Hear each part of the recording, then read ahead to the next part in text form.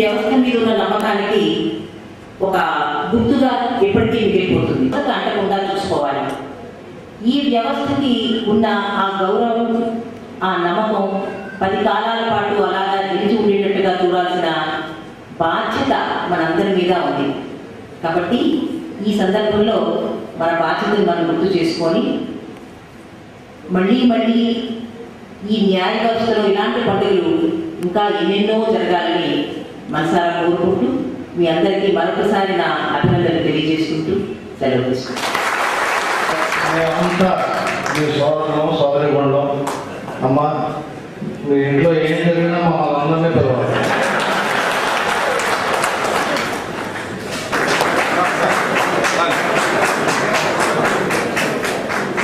ఒక 10 నిమిషాల కార్యక్రమం అయిపోతుంది. దయచేసి అందరూ ఒక 10 నిమిషాలు ముందు పట్టి కూర్చుంటే బాగుంటుందని భావిస్తున్నారు.